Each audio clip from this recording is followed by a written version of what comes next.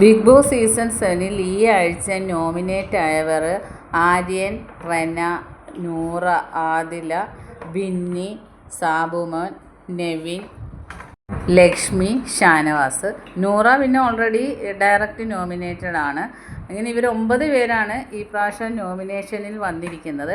ഷാനവാസിനെ nominate ചെയ്തത് ഇന്നത്തെ ആ നെവിൻ്റെ പ്രശ്നം. അതുപോലെ തന്നെ ആദിലായെയും ഷാനവാസിനെ സപ്പോർട്ട് ചെയ്തതാണ് ആദിലായെ നോമിനേറ്റ് ചെയ്യാൻ കാരണം. പിന്നെ ലക്ഷ്മിയെ നോമിനേറ്റ് ചെയ്തത് വീട്ടിൽ കയറ്റാൻ കൊള്ളാത്ത ആ ഒരു റീസണാണ് ലക്ഷ്മിയിൽ ചുമത്തിയിരിക്കുന്നത്.